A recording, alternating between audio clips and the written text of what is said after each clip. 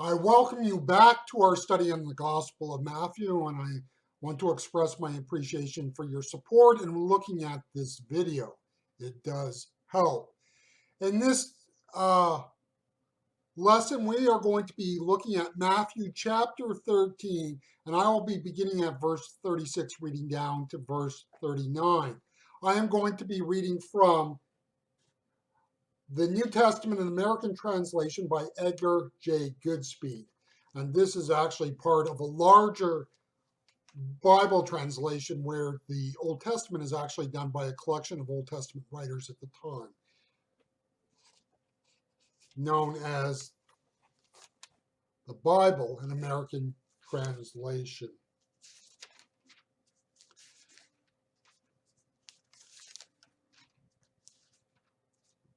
And this translation originally has its roots in the 1920s. So, verse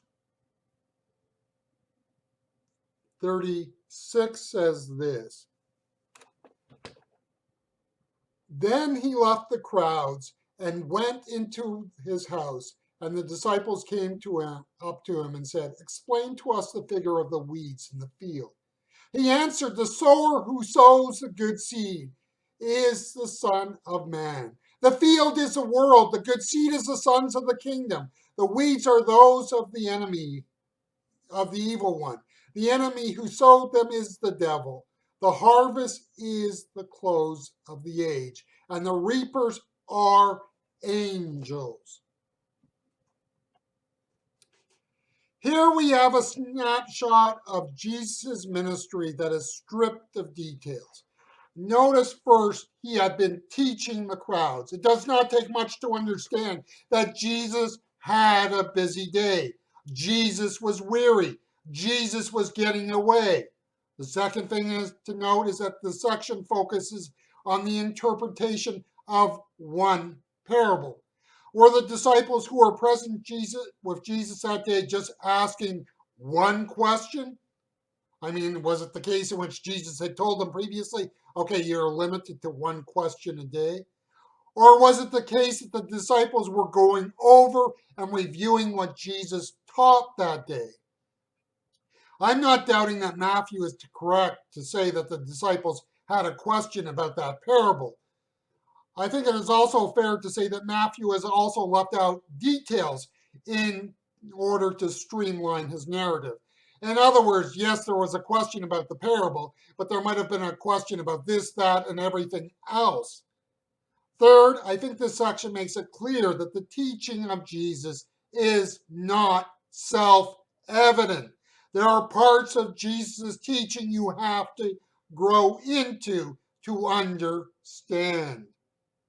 The teaching and preaching ministry, when it is done well, is exhausting. It is because it is not just about the sharing of information. It is not just about the teaching of the facts of the faith. The parable points to the problem for the preaching and teaching ministry of the church, and that is it's not just on the cognitive level.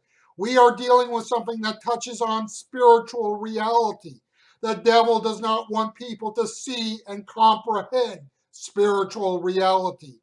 If you are wanting to see an effectiveness in this area, you are going to do spiritual warfare. People cannot just comprehend the faith cognitively. They must submit to the teaching of Jesus spiritually. The Gnosticism movement of the early church was a syncretistic movement. When we say that, we just simply means that this is a movement that took parts from various belief systems. Now, in the early church at this time, there was a Gnosticism that was Christian in leaning, in the sense that it was heavily infused and informed by Christian ideas.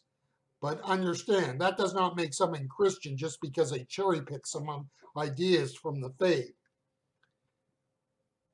If you have a purely rational understanding of Christian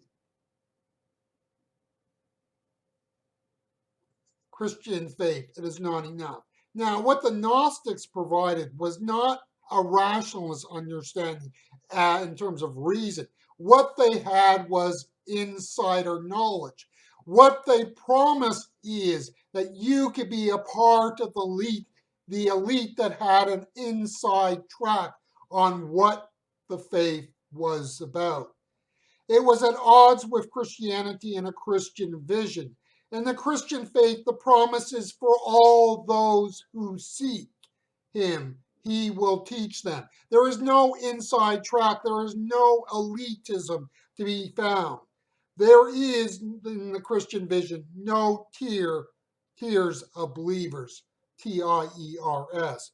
Jesus wants to teach all people who come to seek wisdom. So let's make this distinction.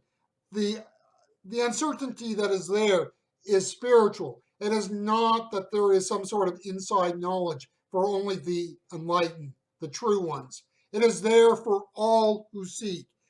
In the Western world, we love our rationalism. We are people of reason. The problem in the church is that the teaching and preaching ministry gets recast in this vision.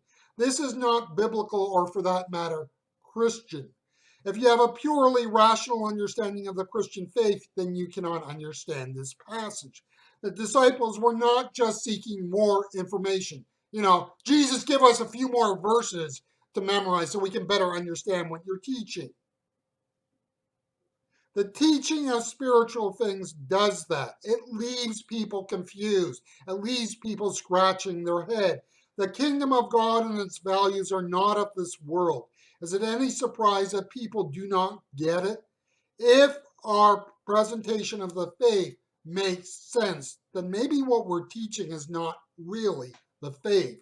It is not the faith that faith makes no sense at all. It is that what we in this world call common sense is not faith based.